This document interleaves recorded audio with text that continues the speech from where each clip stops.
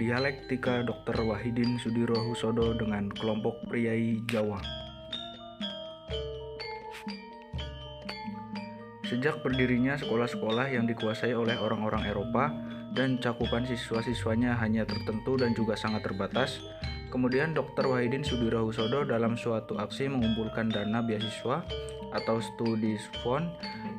Dr. Wahidin dikenal dalam masyarakat Jawa dengan sebutan Mas Ngabei Sudirohusodo. Ia mempunyai keyakinan bahwa bangsanya harus berjuang dan untuk mempersiapkan mereka menghadapi perjuangan. Untuk menyebarkan gagasan itu, dia menghimbau para priai atau bangsawan tradisional dan kaum terpelajar agar mendukung aksi itu. Dana belajar harus diadakan untuk membantu anak-anak dan pemuda yang cerdas, tetapi tidak dapat melanjutkan studinya karena terhalang oleh biaya. Sejak tahun 1906, Dr. Wahidin berkeliling Jawa untuk mencari dana tersebut. Di Yogyakarta, ia mendapat dukungan dari sekelompok orang-orang terkemuka untuk mencapai tujuan tersebut. Di antaranya adalah Pangeran Notodirjo dari keluarga Pakualaman, R. Dwi Josewojo, Mas Budiarjo, dan lain sebagainya. Salah satu perjalanan Dr. Wahidin ialah mengunjungi para mahasiswa Sekolah Kedokteran Jawa, Stovia, di Jakarta.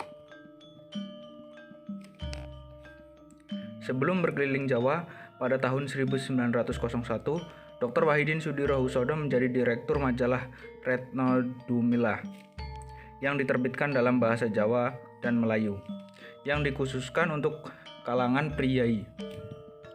Hal ini mencerminkan perhatian seorang priai terhadap masalah-masalah dan status golongan priai itu sendiri. Ia juga berusaha memperbaiki masyarakat melalui pendidikan barat.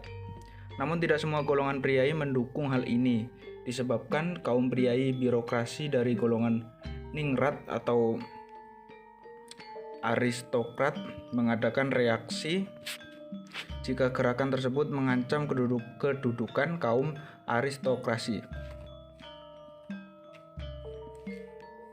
Kaum priai terbagi menjadi priai rendah, priai menengah, dan priai tinggi atau dikenal juga sebagai elit Jawa. Semuanya ditentukan oleh kedekatan mereka kepada raja.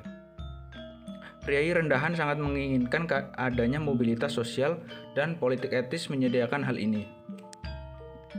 Hal inilah yang dilihat dari kacamata seorang Dr. Wahidin Sudirohusodo. Ia lalu datang ke salah satu sarang priai rendah yaitu Stovia.